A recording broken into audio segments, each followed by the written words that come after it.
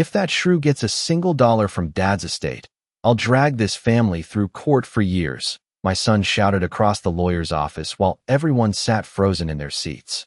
The words slammed into me harder than the church bells had at my husband's funeral 3 days earlier. For a moment, nobody moved. Nobody breathed. The only sound in the room was the faint ticking of the antique brass clock mounted above Martin Cole's bookshelf. I looked at Daniel slowly, trying to recognize the boy I had once held against my chest during thunderstorms, the little boy who used to cry whenever he thought I was upset.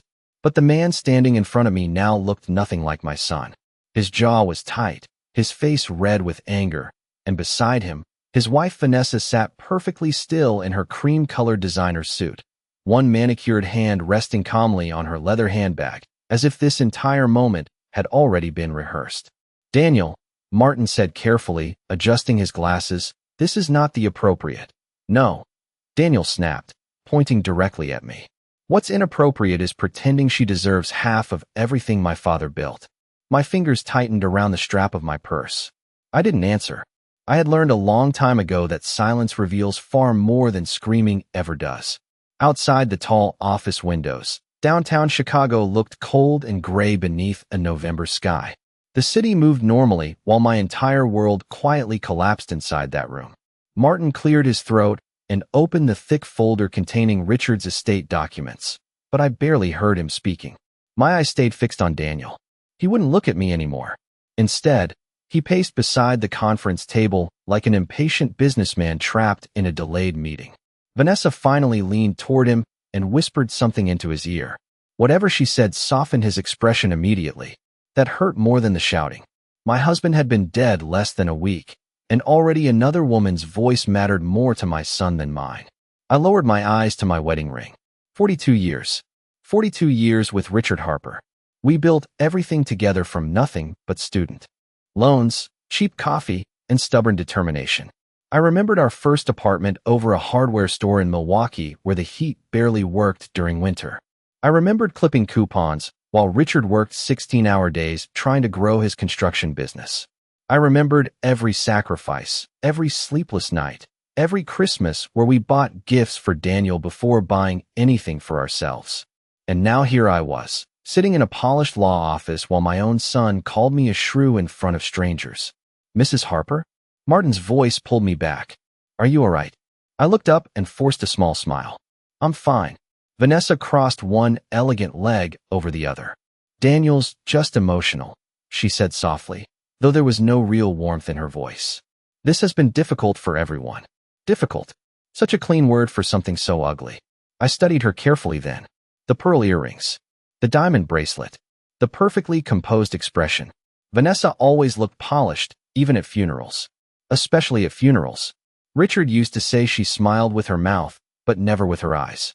At the time, I thought he was being unfair. Now I wasn't so sure. Martin continued reading legal terminology while Daniel stared impatiently at the documents. He wasn't grieving. He was waiting. Waiting to hear numbers. Waiting to hear percentages. Waiting to hear what belonged to him now that his father was gone. And suddenly, sitting there beneath the soft yellow lights of that office, I realized something terrible. I wasn't mourning the same man my son was mourning. I had lost my husband. Daniel had lost an investment opportunity. The thought settled coldly into my chest. Martin turned another page slowly, then paused for the briefest moment. His eyes flickered toward me before returning to the document. It was small, barely noticeable, but after 40 years married to a businessman, I knew exactly what hesitation looked like. There was something in those papers Daniel didn't expect, something Vanessa didn't know about yet either. For the first time all week, I felt my heartbeat steady instead of tremble. Daniel finally stopped pacing and leaned both hands against the conference table. "Let's just get this over with," he muttered impatiently. I looked at my son quietly as the November light faded behind the windows. That was the moment I stopped grieving my husband and started grieving the son I no longer recognized. The house felt unfamiliar after the funeral guests stopped coming. During the first few days, there had been flowers everywhere, covered dishes stacked inside the kitchen. Sympathy cards lined across the fireplace mantel beside framed photographs of Richard smiling beside fishing boats and golf courses and Christmas trees from years that suddenly felt impossibly distant. But by the following Monday, The silence had settled into every corner of the house like cold dust. I woke before sunrise out of habit and walked downstairs wearing Richard's old navy robe wrapped tightly around my shoulders. The hardwood floors felt colder than usual beneath my feet. For 42 years, mornings had belonged to us. Richard reading the newspaper at the kitchen island. Coffee brewing before dawn. Financial reports spread across the table while he asked me what I thought about payroll numbers or contractor bids. He used to say I had better instincts than most executives he had hired over the years. Now the kitchen lights hummed softly above an empty chair. I poured 2 cups of coffee without thinking. I stared at the second cup for a long moment before quietly pouring it down the sink. Outside, thin November rain tapped against the windows overlooking the backyard. The maple trees had almost lost all their leaves. The swimming pool sat covered for winter beneath a gray tarp that sagged slightly in the middle from collected rainwater. Everything looked abandoned. Around 10 that morning, I heard heels clicking across the marble entryway. Vanessa had started coming over almost every day since the funeral. At first, I thought she was trying to help, but little things began to feel strange. Calculated. She entered the kitchen carrying her phone and an oversized leather folder tucked beneath her arm. "You are up early," she said with a polished smile. "I figured you would still be resting." I folded the dish towel carefully beside the sink. "I have never slept late a day in my life." She laughed softly, but it sounded automatic, like something practiced in front of a mirror. "Daniel and I were talking last night," she said casually while opening the refrigerator. "This house is probably too much for one person now." There it was again. The house. Always the house. Every conversation somehow circled back to square footage, maintenance costs, staffing expenses, property taxes. Never memories. Never grief. Just logistics. I watched her remove a bottle of imported mineral water from the refrigerator Richard had personally selected during our kitchen renovation 8 years earlier. "You know," she continued, "there are some beautiful senior communities in Naples. Gated. Private chefs. Spa services. It could actually be exciting for you." Exciting. I almost smiled at the word. My husband had been buried 4 days earlier, and my daughter-in-law was already describing luxury retirement living brochures as if she were planning a vacation. "I am not leaving my home," I said quietly. Vanessa twisted the bottle cap slowly. "Of course not right away," she replied quickly. "Nobody is pressuring you." But her eyes betrayed her. There was impatience there, a kind of restrained irritation beneath the sympathy. The same expression Daniel wore at the attorney's office while waiting for Martin to finish reading legal paperwork. She glanced toward the dining room. "Actually, speaking of changes, Daniel thought it might be healthier if we updated a few things around the house. Fresh energy, you know." I frowned slightly. "What kind of changes?" "Nothing major," she said too quickly. "We already moved some furniture upstairs into storage. The formal dining room feels so dark and old-fashioned." My stomach tightened. I walked slowly into the dining room without answering her. The room looked wrong immediately. Richard's chair was gone from the head of the table. In its place sat a tall arrangement of white orchids. My chair had been moved too, shifted farther down the table near the end where guests usually sat during holiday dinners. I stood there silently while rain tapped against the windows. 42 years in that house. Every Christmas dinner, every birthday cake, every Thanksgiving turkey carried proudly to the center of that table while Daniel laughed beside his father. And now my place had quietly disappeared before the flowers from Richard's funeral had even wilted. Behind me, Vanessa spoke gently, as if explaining something reasonable to a child. "We just thought the room needed a lighter feel." I rested my fingers against the back of the chair that used to belong to my husband. They were not waiting for me to recover from losing Richard. They were waiting for me to disappear. 3 days later, I found my late husband's office locked. At first, I thought it was a mistake. Richard had never locked that room from me. Even during the years when his company was struggling and bankers called during dinner, he still left that office open because he said there should never be secrets between husband and wife. I stood outside the heavy walnut door holding a basket of folded laundry against my hip, staring at the unfamiliar keypad mounted beside the frame. The small red light blinked quietly in the dim hallway. I touched the handle once anyway. Locked. A strange feeling settled into my chest then. Not panic. Something colder. Recognition. I carried the laundry upstairs slowly and past the guest bedroom where Daniel and Vanessa had started staying overnight more often after the funeral. The door was partially open, and I could hear their voices drifting into the hallway. She noticed the dining room, Vanessa whispered. Of course she noticed, Daniel muttered irritably. Just give it time. Time is exactly what we do not have. I stopped walking. My hand tightened around the laundry basket. Martin said there are additional documents. Vanessa continued quietly. I saw his face during the reading. Daniel exhaled sharply. My father would not screw me over. Your father did not trust people as easily as your mother did. Silence followed. Then footsteps. I moved quickly down the hallway before they could see me standing there. My heart beat steadily, but every sentence replayed clearly inside my head. Additional documents. My husband had hidden something. That afternoon, while Daniel drove into the city for meetings, Vanessa spent 2 hours on the patio speaking in low tones on her phone while scrolling through real estate listings on her tablet. I watched her through the kitchen window while pretending to sort mail. Every few minutes, she glanced toward the house with the cautious expression of someone afraid of being overheard. Around 4 o'clock, my phone rang unexpectedly. Martin Cole. I answered immediately. Mrs. Harper, he said carefully. I was hoping we could meet privately tomorrow morning. I leaned against the kitchen counter. Is something wrong? There was a pause. There are matters regarding your husband's estate that I would prefer to discuss in person. Does Daniel know? No, Martin replied quietly. And I would appreciate it if we kept it that way for now. I looked toward the patio again. Vanessa sat with one leg crossed elegantly beneath a cream-colored blanket, sipping tea from one of my china cups, as if she already belonged there permanently. Very well, I said softly. What time? 10 o'clock. My office. After hanging up, I remained still for a long moment. Richard had changed something before he died. I could feel it now with absolute certainty. That evening, Daniel came home carrying expensive takeout containers from a steakhouse downtown. Vanessa acted unusually cheerful through dinner, complimenting the wine selection and discussing kitchen renovations as if the future of the house had already been decided. Daniel barely looked at me while he spoke about market conditions and taxes and maintenance costs. At one point, he casually mentioned converting Richard's office into a home gym. I set my fork down carefully beside my plate. Your father's office will remain exactly as it is. Daniel sighed heavily. Mom, nobody is trying to upset you, but eventually this house needs modernization. Modernization. Such a clean word for erasing someone. I looked around the dining room slowly. Richard's chair still remained missing from the head of the table. The orchids Vanessa placed there had already begun to wilt around the edges. Your father built this house room by room, I said quietly.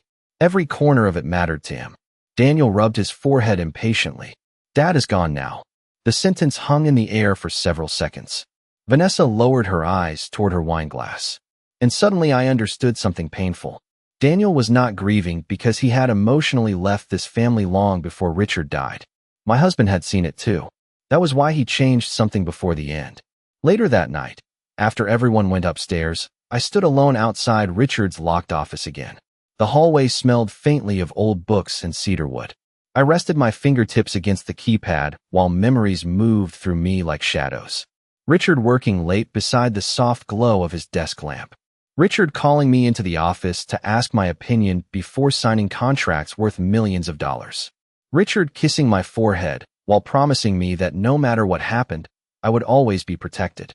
Then I noticed something tucked beneath the office door. A white envelope. My name written across the front in Richard's handwriting. My hands trembled slightly as I picked up the envelope from beneath the office door. The paper felt thick and expensive beneath my fingertips, the kind Richard always used for personal letters. For a moment, I simply stared at my name written in his familiar handwriting.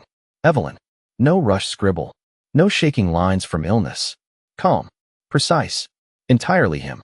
The hallway around me felt impossibly quiet. I could hear the grandfather clock downstairs marking each passing second while rain continued tapping softly against the windows somewhere deeper inside the house. I slipped into our bedroom and locked the door before sitting carefully on the edge of the bed. Richard's side of the mattress still looked untouched. His reading glasses remained on the nightstand beside the biography he never finished. Everything in the room still carried traces of him. Cedar soap, aftershave, coffee. I opened the envelope slowly. Inside was a single handwritten note folded twice. Evelyn, if you are reading this, then certain things have happened exactly the way I feared they would. I stopped breathing for a second. My eyes moved down the page carefully. I did not want to believe I understood what he meant, but deep down I already did. Richard knew. Somehow, before he died, my husband had seen the fracture spreading through this family while I was still trying to hold it together with politeness and denial. There are documents Martin will explain to you privately, the letter continued. I wanted to protect you sooner, but I kept hoping Daniel would remember who he was before greed and influence changed him. My throat tightened painfully. Before greed and influence changed him. Richard had said something similar almost a year earlier during Thanksgiving dinner. Vanessa had spent most of the evening discussing luxury real estate investments with Daniel while barely acknowledging anyone else at the table. After they left that night, Richard stood at the kitchen sink staring out into the darkness and quietly said, "Sometimes I think our son is trying so hard to impress her that he no longer hears himself anymore." At the time, I defended Daniel immediately. I told Richard he was stressed from work. That marriage changes people. That young couples focus on building their future. Richard never argued with me after that. He simply nodded and poured himself another cup of coffee. Looking back now, I realized how often he had gone silent during the past few years whenever Vanessa spoke about money. Country clubs, vacation properties, investment portfolios. There was always another thing she wanted. Another level of status she chased with polished determination hidden beneath perfect manners and expensive perfume. I folded the letter carefully in my lap and stared toward the bedroom windows. The backyard looked gray beneath the rain clouds, the garden nearly stripped bare by autumn wind. Richard and I planted those rose bushes ourselves 23 years earlier. I remembered kneeling beside him in old blue jeans while Daniel played basketball in the driveway with neighborhood boys. He could not have been older than 16 then. Loud, funny, warm-hearted. The kind of teenager who hugged me in front of his friends without embarrassment. Somewhere between that boy and the man in Martin's office, I had lost my son slowly enough not to notice it happening. The second page of Richard's letter was shorter. Trust Martin. Do not let guilt make decisions for you. And remember something I should have told you more often during these last few years. You were never weak, Evelyn. Not even once. Tears finally blurred my vision then, but I did not sob. I simply sat there quietly holding the pages against my chest while grief settled deeper into me than before. Not because Richard was gone, but because even while dying, my husband had spent his final days trying to shield me from our own family. A soft knock interrupted the silence. Evelyn. Vanessa's voice floated through the bedroom door gently. Are you all right? I wiped my eyes carefully before answering. I am fine. Daniel and I are heading out for dinner, she said sweetly. There is soup in the refrigerator if you get hungry later. Soup. Like I was already some lonely widow they needed to monitor politely before placing somewhere smaller and quieter. I waited until I heard the front door close downstairs. Then I unfolded Richard's letter one more time and reread the final sentence slowly beneath the warm bedside lamp. You were never weak, Evelyn. For the first time since the funeral, I started to wonder if Richard had left me more than memories. The next morning, downtown Chicago looked washed pale beneath heavy clouds as I stepped out of the car in front of Martin Cole's office building. The wind coming off Lake Michigan cut sharply through my wool coat, carrying the damp cold that always settled over the city in late November. For a moment, I stood on the sidewalk staring up at the glass tower where Richard had spent countless afternoons discussing contracts and acquisitions with Martin over the years. Back then, I used to feel proud walking beside my husband into buildings like this. We built something together. A real life. A real legacy. Now I walked in alone carrying grief in one hand and suspicion in the other. Martin's receptionist greeted me softly and led me directly into the private conference room from the will reading. This time, the room felt different without Daniel's pacing and Vanessa's carefully rehearsed sympathy. Quiet sunlight filtered weakly through the tall windows while steam rose from a fresh cup of coffee waiting beside my chair. Martin entered carrying 2 thick folders beneath his arm. He looked older than he had during the funeral, more tired. Thank you for coming, Evelyn, he said gently as he sat across from me. I nodded once. Richard left me a letter. Martin's expression shifted slightly. Then he suspected you would eventually find it. My fingers tightened around the coffee cup. What exactly did my husband know? Martin remained silent for several seconds before opening one of the folders carefully. Richard became concerned almost 8 months ago. 8 months. The number hit me harder than I expected.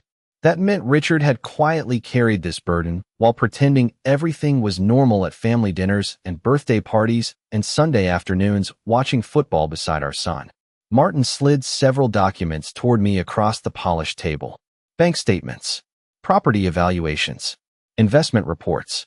Your husband discovered that Daniel had accumulated substantial private debt through failed commercial investments, Martin explained quietly. I stared down at the paperwork.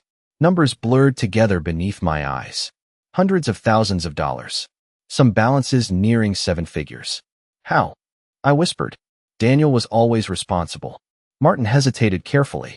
Vanessa encouraged several aggressive real estate partnerships during the market expansion 2 years ago. Most of them collapsed. I leaned back slowly in my chair.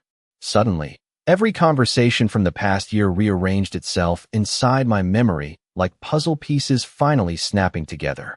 The sudden urgency about selling properties. The endless discussions about liquidity and restructuring. Vanessa constantly asking Richard questions about trusts and equity transfers during dinner. She had never been interested in family memories. Only family assets. Martin opened the second folder. There is more. He handed me printed email copies exchanged between Daniel and Vanessa. My stomach tightened before I even began reading. We cannot wait much longer.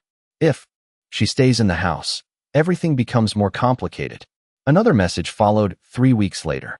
Once the estate transfers are complete, we can sell immediately. Naples is perfect for her age anyway. I stopped reading. For several moments, the room disappeared around me entirely. Not because I was shocked anymore. Somehow the cruelty itself no longer surprised me. What shattered something inside me was the coldness. The planning. They had already discussed removing me from my own home before Richard was even buried. Your husband intercepted some of these communications accidentally through shared company accounts, Martin said carefully. That is when he changed the structure of his estate. I looked up sharply. What did he do? Martin folded his hands together. Richard created a conditional trust amendment 6 weeks before his death. My heartbeat slowed. Conditional? Martin nodded once. If any beneficiary attempted to pressure, manipulate, publicly humiliate, or remove you from your primary residence after his passing, their inheritance rights would be suspended pending review by the executor. I stared at him in silence. Suspended. Suddenly, I understood the hesitation in Martin's voice during the will reading. Daniel had already triggered the clause himself before even hearing the full document. My son destroyed his own inheritance the moment he stood in that office and called me a shrew. A strange calm settled over me then. Not triumph. Not revenge. Just clarity. Richard had seen everything long before I did. He knew exactly who our son had become when money entered the room. Martin reached for another paper quietly. There is one final thing you should know. He slid a property valuation toward me. I frowned slightly. It was not our Chicago home. The address belonged to a lakefront property in northern Wisconsin. Richard purchased this 18 months ago, Martin explained softly. It is solely in your name. I looked at him, confused. He never told me. He intended it as protection, Martin said. A place no one could take from you. Outside the conference room windows, gray clouds drifted slowly across the Chicago skyline, while traffic crawled silently 30 floors below us. I lowered my eyes toward the property documents resting in my hands. My husband had spent his final months preparing for a betrayal I still refused to imagine. And somehow, that realization hurt even more than the betrayal itself. When I returned home that afternoon, the house looked warmer than it had in days. Every light downstairs had been turned on even though the gray November sky still held several hours before sunset. Through the front windows, I could see movement inside the dining room and hear faint music drifting through the walls. For a brief moment, I thought perhaps Daniel finally understood how deeply he had hurt me. Perhaps guilt had reached him after all. But the feeling disappeared the second I stepped through the front door and smelled catered food instead of home cooking. Vanessa appeared immediately in the entryway wearing cream-colored slacks and a soft cashmere sweater that matched the orchids she kept placing around my house, like markers claiming territory. There you are, she said brightly. We were starting to worry. We. Such a small word. Such a dishonest one. I removed my gloves slowly. What is all this? Just a small dinner, Vanessa replied with polished ease. Daniel thought it might help everyone reconnect after such an emotional week. Behind her, I saw strangers moving through my dining room, carrying silver serving trays and wine bottles. Two of Daniel's business associates stood near the fireplace laughing quietly, while one of Vanessa's friends admired the chandelier Richard and I bought during our 25th anniversary trip to New York. Nobody had asked me permission. Nobody had even warned me. Vanessa touched my arm gently.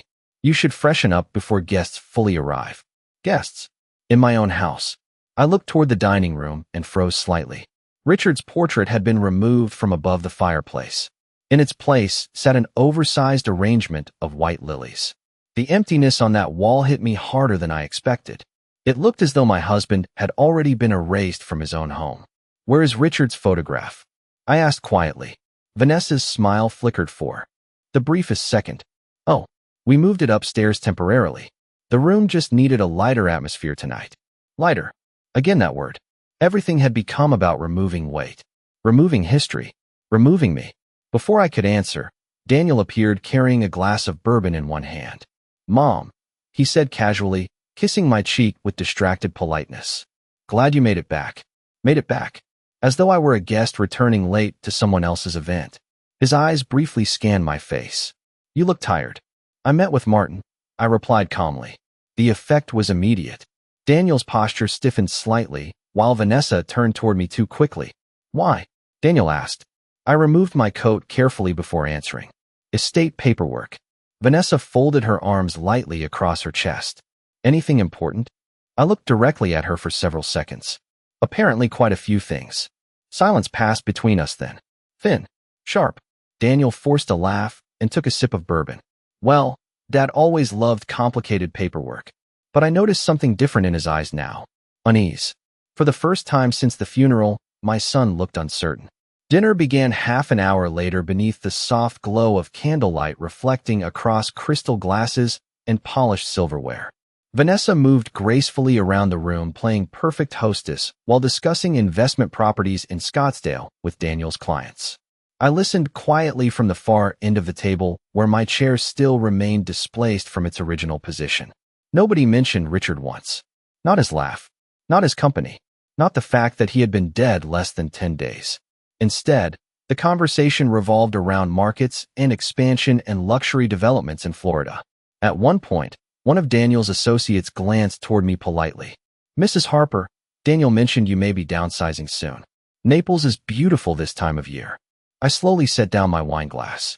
Across the table, Vanessa smiled calmly into her napkin. Daniel looked embarrassed for only half a second before shrugging lightly. We are exploring options. Exploring options. They discussed my future like a scheduling conflict that needed resolution before the end of the fiscal quarter. I looked around the table quietly then. The expensive wine, the catered food, the strangers sitting beneath the chandelier Richard once cleaned himself standing barefoot on a ladder because he never trusted hired staff with things he loved. Suddenly, I understood the real purpose of this dinner. They were not reconnecting with me. They were introducing themselves to the life they expected to inherit. Later that evening, after the guests finally left, I walked back downstairs for a glass of water and stopped near the kitchen doorway when I heard voices inside. Daniel sounded tense. You told people too early. Vanessa lowered her voice sharply. Then maybe your mother should stop meeting privately with attorneys. Martin works for this family. No, Vanessa replied coldly. Martin worked for your father. Silence followed. Then the sound of ice clinking softly against glass. We need control of the estate before she changes her mind about the house. Vanessa continued quietly. The debt situation is getting worse. I stood completely still in the dark hallway while the kitchen lights glowed beneath the doorway. Debt. There it was again. The truth hiding beneath every fake smile and every polished act of concern. My grief had become their financial emergency. The following week, I stopped arguing with them completely. That was what confused Daniel the most. I no longer objected when Vanessa discussed renovations over breakfast or casually mentioned retirement communities during afternoon coffee. I simply listened quietly and nodded when necessary. After years of motherhood, I understood something my son had forgotten. People reveal themselves fastest when they believe they have already won. On Tuesday morning, I even allowed Vanessa to walk me through a glossy brochure filled with photographs of luxury condominiums overlooking the Gulf Coast. She sat beside me at the kitchen island smiling warmly, while sunlight reflected across the marble countertops Richard and I had chosen together nearly a decade earlier. This one has a private fitness center and housekeeping services, she explained, sweetly while turning another page. There is even a lake nearby where residents can kayak. I sipped my coffee slowly. It looks lovely. Vanessa blinked once, clearly surprised by my calmness. You think so? At my age, simplicity has its appeal. The lie came easily. Richard used to joke that I could survive difficult situations better than anyone he had ever known because I understood how to wait quietly. Vanessa leaned back slightly, studying my face with growing curiosity. Daniel was worried you might resist change. Resist. Another careful word replacing what they truly meant. Surrender. Your husband worried too much, I replied softly. Upstairs, I could hear Daniel moving around inside Richard's office again. The office remained locked most days now, but apparently my son had finally found access to it somehow. He spent hours in there every afternoon reviewing files and making tense phone calls behind closed doors. Twice that week, I overheard him arguing with creditors in low, frustrated tones while pacing across the upstairs hallway after midnight. The pressure was building around him. I could see it in the dark circles beneath his eyes and the way his patience cracked more easily each day. But Vanessa remained composed. Always composed. She handled pressure the way some women handled pearls. Elegantly. That evening, after they left for a charity dinner downtown, I walked quietly into Richard's study for the first time since his death. Daniel had forgotten to lock the door properly before leaving. The room smelled exactly the same. Leather-bound books. Cedarwood. Coffee. Richard's desk lamp cast a soft amber glow across stacks of neatly organized paperwork, while snow began falling lightly outside the windows overlooking the backyard. I stood there silently for several moments, allowing myself to breathe again inside a room that still felt honest. Then I noticed several folders missing from the bookshelf beside Richard's desk. Empty spaces remained where company ledgers used to sit. Daniel had already started searching for something. I moved carefully through the office until I reached the bottom drawer of Richard's desk. Locked. But this time I knew exactly where the spare key was hidden. My husband never changed his hiding places. Inside the drawer rested a slim black recorder beside several sealed envelopes labeled in Richard's handwriting. One envelope carried my name. Another carried Martin's. And another simply read, if necessary. My heartbeat slowed as I picked up the recorder. I pressed play carefully. Richard's voice filled the room immediately, low and steady despite the exhaustion I could hear beneath it. If you were listening to this, Evelyn, then things became worse than I hoped they would. I sat slowly in his leather chair while snow drifted softly beyond the dark windows. Daniel does not understand the situation he is in, Richard continued. The debt attached to those developments is larger than he admitted publicly. Vanessa convinced him he could recover quickly through liquidation of family assets after my death. Liquidation. Such a sterile word for dismantling an entire life. Richard paused briefly on the recording before continuing more quietly. I do not believe our son is evil. Weak, yes. Lost, certainly. But weakness beside ambition can become something dangerous. Tears stung my eyes again, but I remained silent. You will need to appear calm, Richard said. Do not confront them emotionally. Let them speak. Let them underestimate you. People become careless when they mistake kindness for helplessness. Outside the office windows, snow continued falling across the backyard, where Daniel once built snowmen with his father during Chicago winters long before greed entered this house, wearing polished shoes and expensive perfume. I closed my eyes briefly while Richard's voice filled the room around me like a final conversation. There are things Martin has not yet shown you, he said quietly. I asked him to wait until you were ready. Then the recording ended. The silence afterward felt enormous. I sat motionless in Richard's chair while the desk lamp cast long shadows across the office walls. Downstairs, the house remained perfectly still. Warm, expensive, beautiful.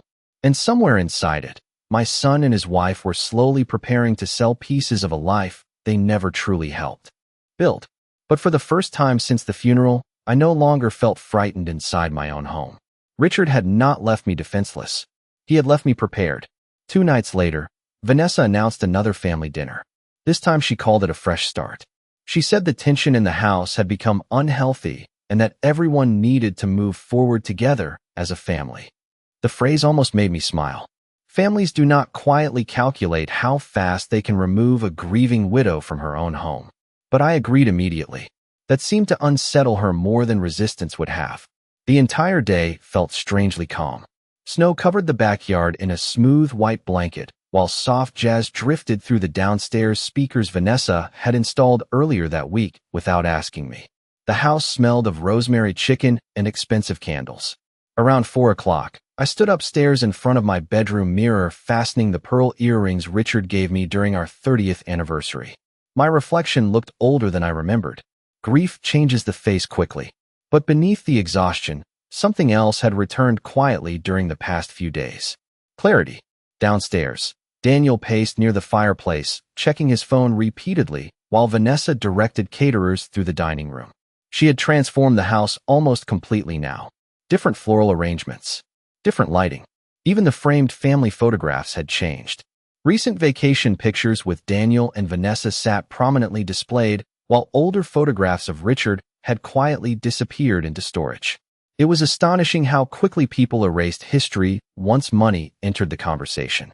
At 6 sharp, the doorbell rang. Vanessa smoothed her dress immediately and smiled toward Daniel.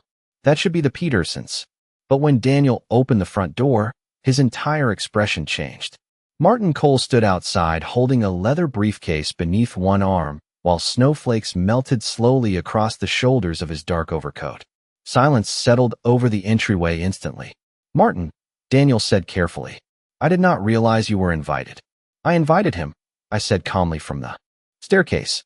Every face in the room turned toward me at once. Vanessa recovered first. "Oh," she said lightly. "Well, what a surprise." But her voice sounded thinner now, less controlled. Martin removed his gloves slowly. "Richard asked me to deliver several final documents personally under specific circumstances." Daniel frowned immediately. "What circumstances?" Martin looked at him steadily. "The exact circumstances currently unfolding." Nobody spoke after that. Dinner began 10 minutes later beneath an atmosphere so tense even the catering staff avoided eye contact. Snow continued falling outside while candlelight flickered softly across crystal glasses and polished silverware. Vanessa attempted conversation several times, but every subject died quickly at the table. Daniel barely touched his food. He kept glancing toward Martin's briefcase resting beside his chair like a man waiting for medical results he already feared. Finally, halfway through dinner, Daniel set down his wineglass sharply. "Enough," he muttered. "What exactly is going on?" Martin folded his napkin carefully before answering. "Your father instructed me to reconvene the family once certain behavioral patterns became undeniable." Vanessa's posture stiffened immediately. "Behavioral patterns?" Martin opened the leather briefcase calmly and removed a sealed folder. "Richard Harper amended the Harper Family Trust 6 weeks before his death." Daniel stared at him. "You already told us that." "No," Martin replied quietly. "I told you part of it." The room became perfectly silent. Even the soft music from the speakers seemed distant suddenly. Martin opened the folder and adjusted his glasses. Under the amendment, any beneficiary who attempted coercion, public humiliation, manipulation, or forced relocation involving Mrs. Evelyn Harper would automatically trigger permanent suspension from inheritance consideration. Daniel went pale almost instantly. Vanessa leaned forward sharply. "That is absurd." Martin continued reading without reacting. Additional evidence, including documented financial pressure, private correspondence regarding liquidation of estate assets, and repeated attempts to displace Mrs. Harper from her primary residence have already satisfied those conditions. Daniel pushed his chair backward abruptly. "You cannot seriously be saying," "I am saying," Martin interrupted calmly, "that your father anticipated this exact situation." Vanessa's composure finally cracked then. "This is manipulation," she snapped. "Richard was ill. He was emotional." Martin slowly removed another document from the folder. "Actually, Richard was extremely thorough." He slid several printed emails across the dining table. I watched Daniel's face collapse as he recognized the messages immediately. "Naples is perfect for her age anyway. Once the estate transfers are complete, we can sell immediately. We need control of the house before she changes her mind." The words sat there beneath the candlelight like stains nobody could wipe away. Vanessa looked toward Daniel desperately. "Say something."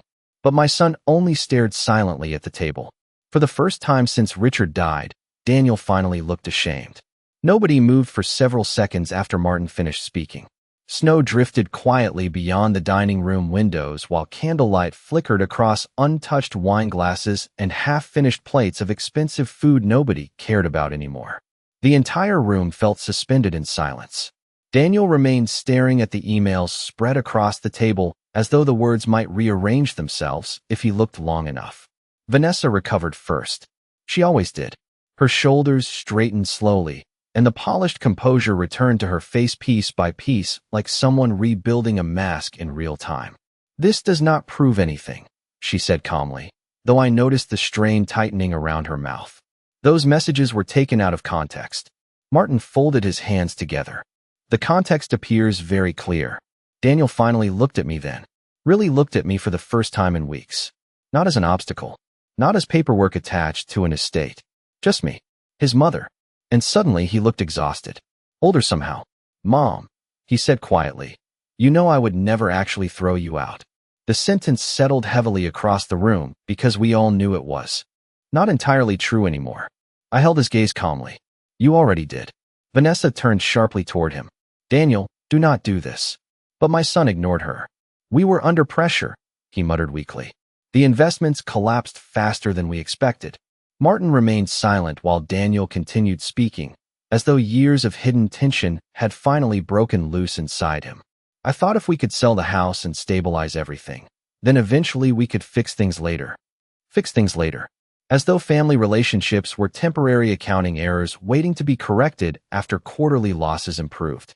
Vanessa's voice sharpened immediately. "You are making this sound worse than it was." Daniel laughed bitterly then, though there was no humor in it. "Worse." He gestured toward the emails spread across the table. "We discussed retirement homes before Dad was even buried." Vanessa's eyes flashed coldly. "Because somebody had to think practically." Practically. That word again.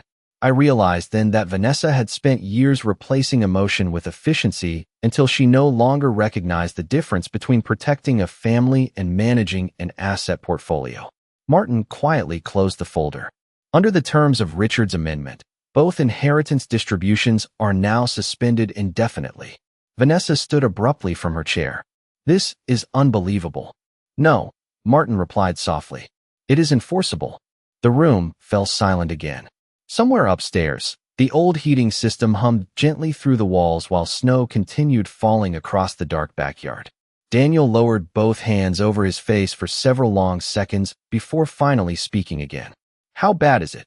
Martin looked at him steadily. "Your father transferred majority estate control entirely to Evelyn, pending further review." Vanessa stared at me as though seeing me clearly for the first time. Not the grieving widow they planned to relocate politely. Not the quiet older woman they underestimated at family dinners. Something else.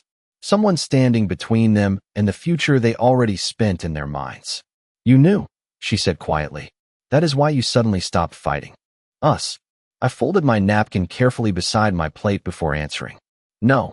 I simply started listening. The truth seemed to hit her harder than anger would have. Because deep down, Vanessa understood exactly what had destroyed them. Not revenge. Arrogance. They became careless the moment they decided I was weak. Daniel pushed his chair back slowly and stood. His eyes looked red now, exhausted from more than financial fear. "Dad planned all of this," he whispered. Martin nodded once. "Your father hoped he was wrong." That sentence broke something inside my son more completely than losing the money ever could. Daniel stared down at the table while grief finally appeared on his face for the first time since Richard died. Real grief. The kind untouched by spreadsheets or debt or inheritance calculations. "I loved him," he said quietly. "I know," I answered. And I meant it. Weakness is not the absence of love. Sometimes it is simply the inability to protect what matters once fear enters the room. Vanessa looked between us both with growing disbelief. "So that is it?" she asked sharply. "You are both just turning against me now?" Nobody answered her immediately because the truth no longer required explanation. She had spent years treating relationships like transactions, and now she sat inside the exact kind of cold negotiation she created herself. I stood slowly from the table and reached for my coat draped across the dining chair. The house felt strangely peaceful now despite everything. Richard's absence still lived in every room, but the confusion was gone. The pretending had ended. As I buttoned my coat, Daniel finally looked up at me again. "Mom," he whispered, "what happens now?" I studied my son quietly beneath the warm dining room lights. I saw the little boy who used to run through this house in snow boots after building forts with his father in the backyard. I saw the frightened man crushed beneath debt and pride and bad choices. And for the first time in weeks, I no longer felt anger. Only sadness. "Your father spent 42 years building a family," I said softly. "You turned it into a business deal." Then I walked past them both and headed toward the staircase while snow continued falling gently outside the windows of the home Richard Harper built for us long before greed ever entered the front door.